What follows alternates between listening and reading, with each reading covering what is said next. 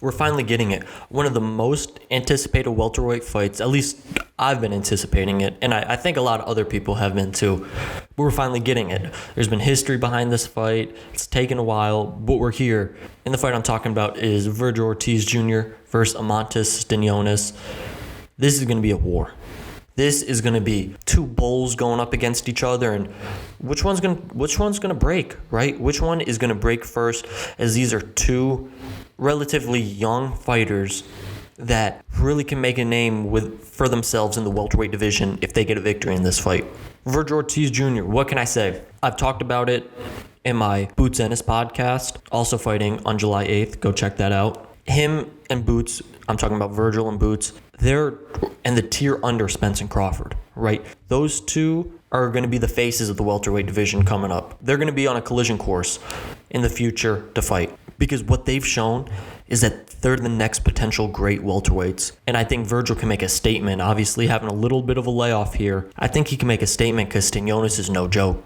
Stanionis, his last fight, actually even longer, we'll talk about it, even longer ago than Vergil's last fight, but not the decision or not the dominating victory he would have wanted. People were ready to put Stanionis up to say, okay, he can hang in with the big guys.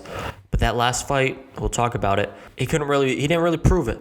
So here we go. How about proving it against one of the next faces of the welterweight division and potentially even boxing?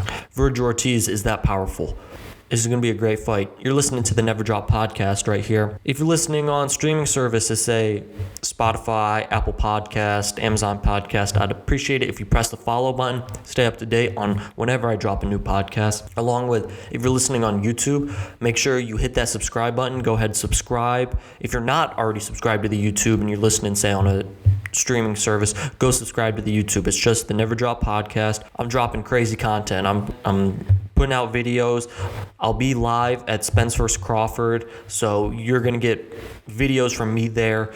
You want to subscribe. Go watch my videos from Tank Davis versus Ryan Garcia. It's awesome. We're putting out a bunch of content. I'm putting out a bunch of content on the YouTube. Go subscribe. I promise you it's worth it. Let's get back to this fight. Vergil Ortiz Jr., right? Let's get to the numbers. Let's get straight to the numbers. Vergil, 19-0.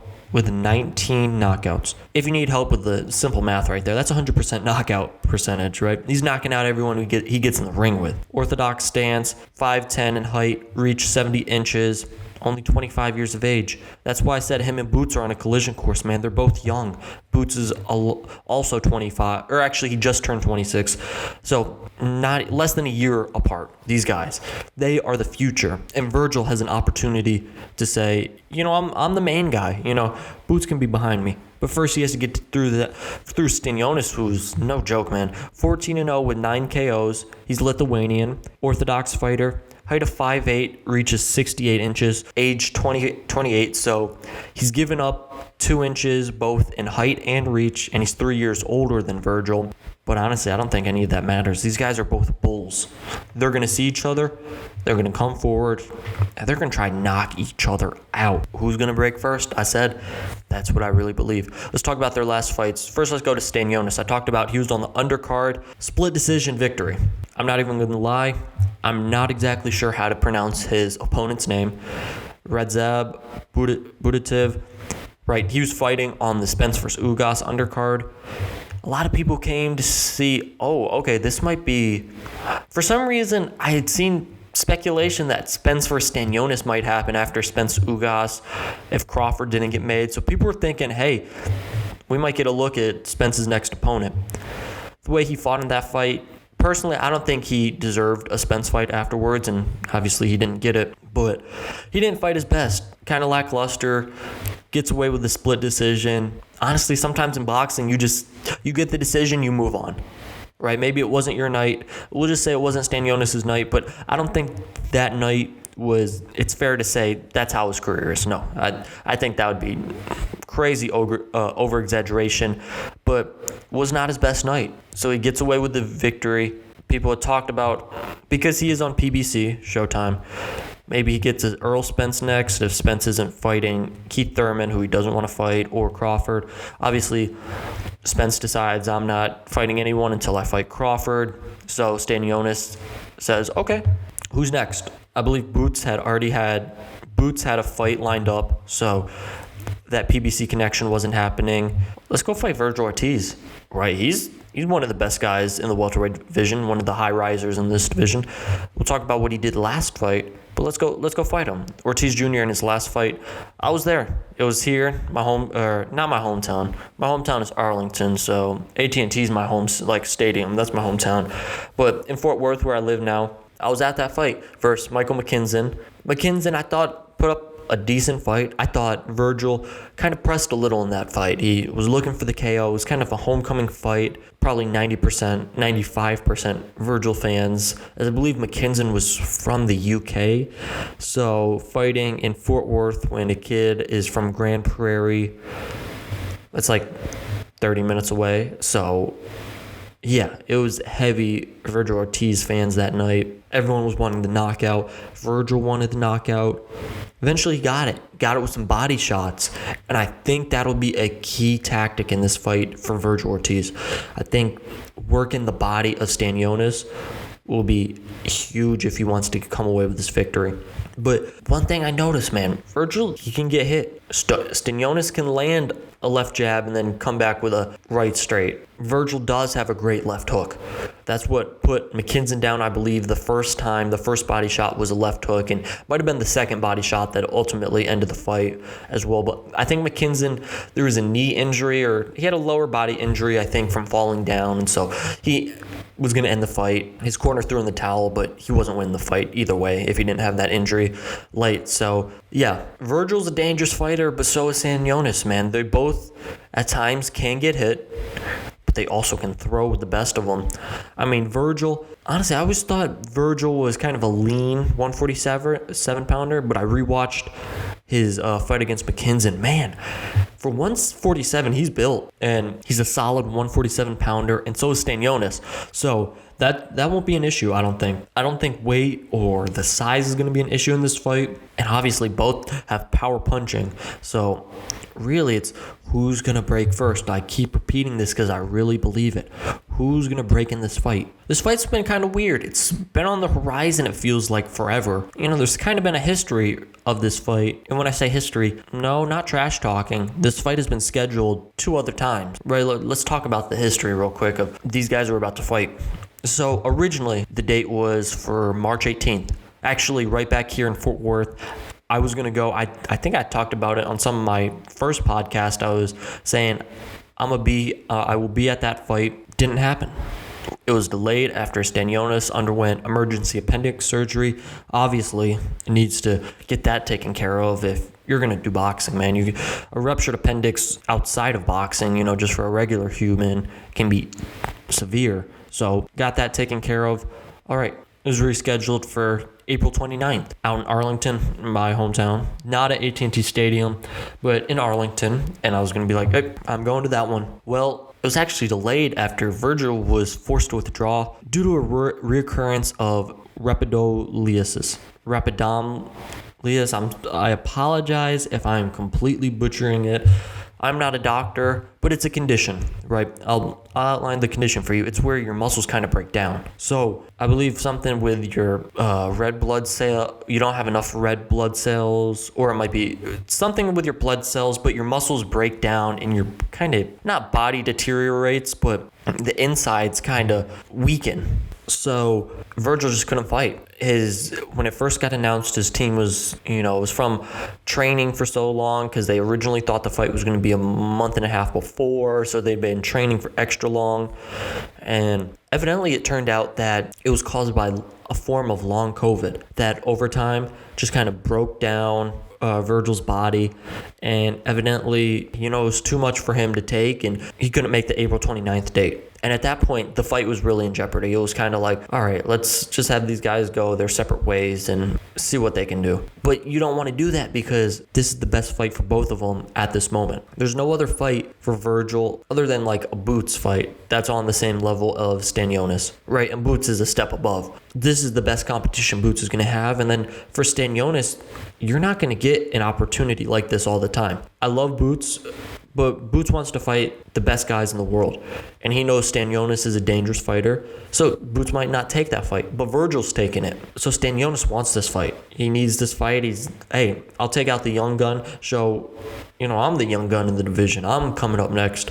While Vergil's saying, hold on, this guy's pretty good. He'll give me some credibility on my resume. I'll do what I need to do and take care of him and say, hey, I'm that guy in the welterweight division. I'm up next. So after that April 29th fight date got postponed, it was like, dang, man, I don't think this fight's just meant to happen.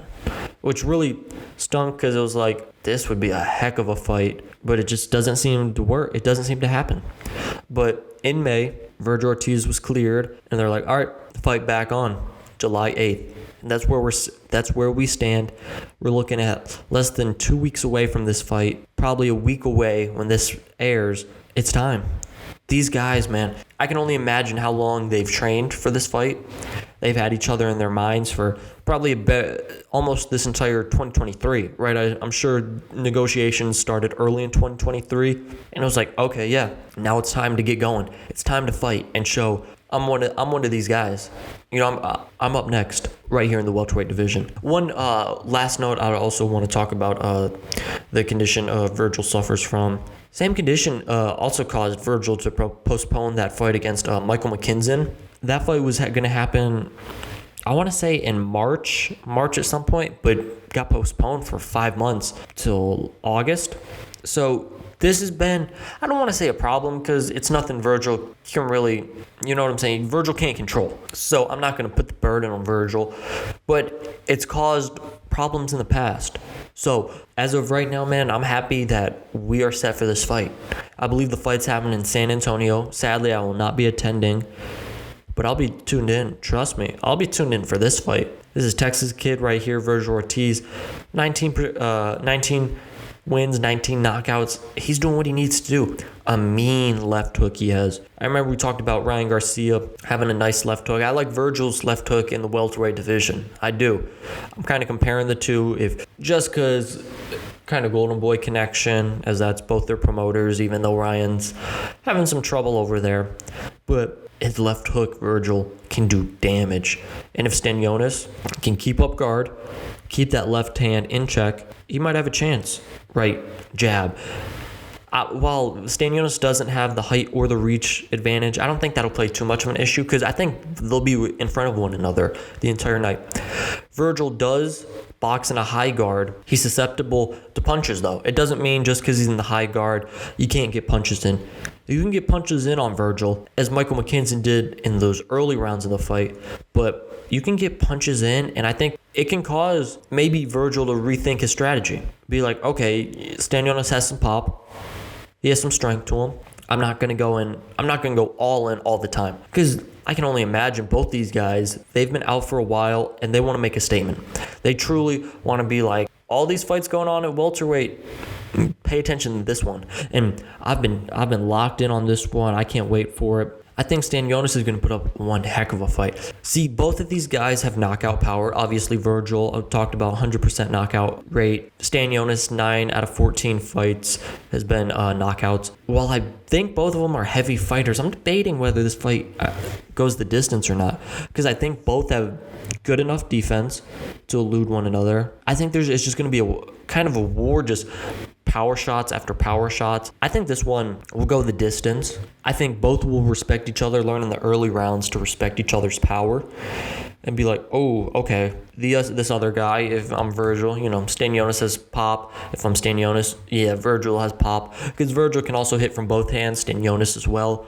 Is Vergil going to jab? Is Stanionis? I think if Stanionis wants a chance in this fight, or a good strategy in this fight, is try and outbox Vergil. And then when you get chances, you take them. You take those risks here and there. I think he should try and outbox Vergil in this fight. Jab, jab, counter punch. I think some of his counters can be effective because I do think Vergil leaves himself open a little bit to some counters. But if you're Vergil, man, Vergil has great footwork. In that Michael McKinson fight, middle of the fight, started running. So Vergil was able to not learn, but show off he can cut off a ring. And he did so well. He trapped McKinson along the ropes at some points and tee off. I think that could be useful in this fight against Stanionis. But I'm going to say this fight goes the distance. Don't be surprised if there's a knockout. But right here when I'm recording, I'm predicting it goes the distance. I think it's going to be one heck of a fight. I think there's going to be power shots, and you're going to be watching, you're going to just, that's got to hurt. Those kind of reactions to this fight. But I'm going Vergil by decision in this fight.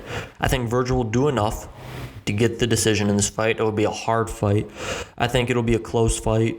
But Vergil does enough to get the W in this fight, in his return to the ring, and it kind of sets him up to be like, okay, with Spence and Crawford clearing out the division, where do I stand? And I should stand somewhere pretty high in this division, me and Boots Ennis. So that's my prediction. I think it's going to be a great fight, man. I've been waiting for this fight for a long time. I'm disappointed I won't be there live. I really wanted to be there live for this fight. But I think Vergil gets it done. I think it'll be a great fight. Vergil gets some rounds in this fight. He'd only been to the 9th round once, and that was his last fight, and McKinson got dropped within 3 seconds of the 9th round. So I think Vergil gets rounds in, but it'll be tough against a bull like Stanionis, man. Vergil gets it done by decision. That's my final prediction. I'm excited, man. This is a great welterweight fight. We get 2 of them on July 8th. We get Vergil Ortiz versus Stanionis, Boots Ennis versus Villa. If you haven't gone and checked out my Boots Ennis podcast, go do that right now. This is the Never Drop podcast. Make sure you listen wherever you can, man, whether that be Spotify, Apple, Amazon Podcast. Go listen. Go follow me on those streaming services. If you're listening on YouTube, I appreciate you. Make sure you press the subscribe button. Keep up to date with all boxing news. I do these podcasts for the fights, preview them, sometimes recap them. Also pushing out content, just regular boxing news videos, along with I'll be posting videos from the Spence Crawford fight. Isak Cruz is on the undercard, so if you like Isak Cruz, subscribe. You like Errol Spence, subscribe. You like Terrence Crawford, subscribe. Subscribe to the Never Drop podcast on YouTube. But that's it. I got Vergil Ortiz winning by decision in this fight. A great fight is looming on July 8th. We get 2 of them. Make sure you're locked in with the Never Drop podcast for all your boxing information. That's it from me. That's all I got. I'm out. Peace.